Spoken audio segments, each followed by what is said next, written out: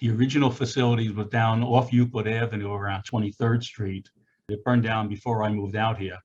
But from what I hear, it was one of those buildings that was so dilapidated, it should have been condemned by every government agency in the world. You know where Euclid Avenue is in Cleveland? That's where the building was. Well, it was very old.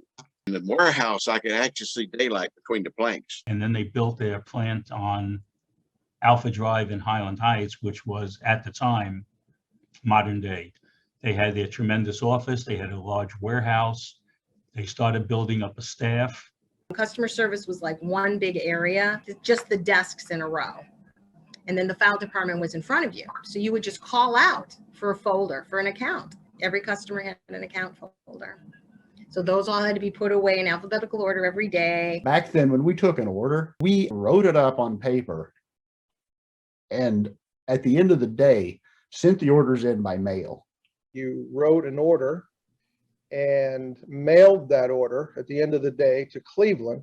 And that took about a week. They processed the order, shipped the goods out, so the customer might get it in 2 to 3 weeks. We had a set time that we would call the office every day. There was a board that had lights for everybody's name. And you would ask Florence, do I have any messages? And she'd say, no, and hang up on you. Because back then I never got any messages. They had a filing cabinet thing up there that they were probably 8 feet long. And you hit a button and it would rotate like this, and they get all these files for the customers out. When I call the company, they get that file, they tell me what I need to know, that was the end of it. You didn't have a computer that was down. This was in the late 80s. They showcased some new technology. Whoever came from the office brought out a fax machine, and our messages were faxed to us. And I remember no one had ever seen a fax machine, and we were in awe of a fax. I had a jar of dimes to get on payphones back 30, 40, 50 years ago. Always stop at noon. I'd always try to find a hotel. I'd go in, find a payphone. I'd call the company. They had the messages for me.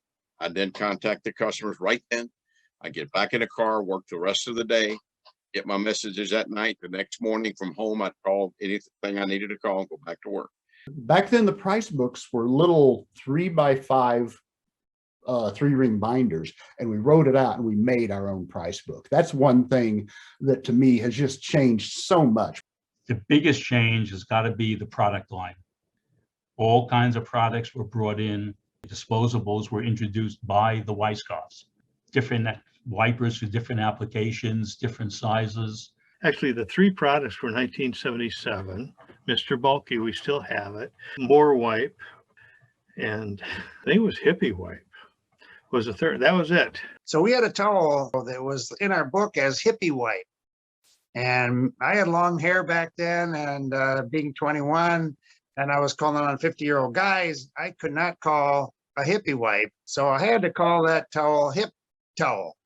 And I made the story up, and you put it in your back pocket. And by gosh, I sold a lot of them because of that. We just got so many more products now. Picture me on the phone with a customer, and the gal next to me is on the phone with the customer, smoking. And I'm talking, taking an order. All of a sudden, I turn and there's smoke coming up out of the trash bin between us. I said, pardon me, sir, I have a fire in my trash can. Put him on hold and start stomping with her foot to get the fire out. And I was in shock. So those are some of the big changes that I really remember, and some of the things that were really different back then.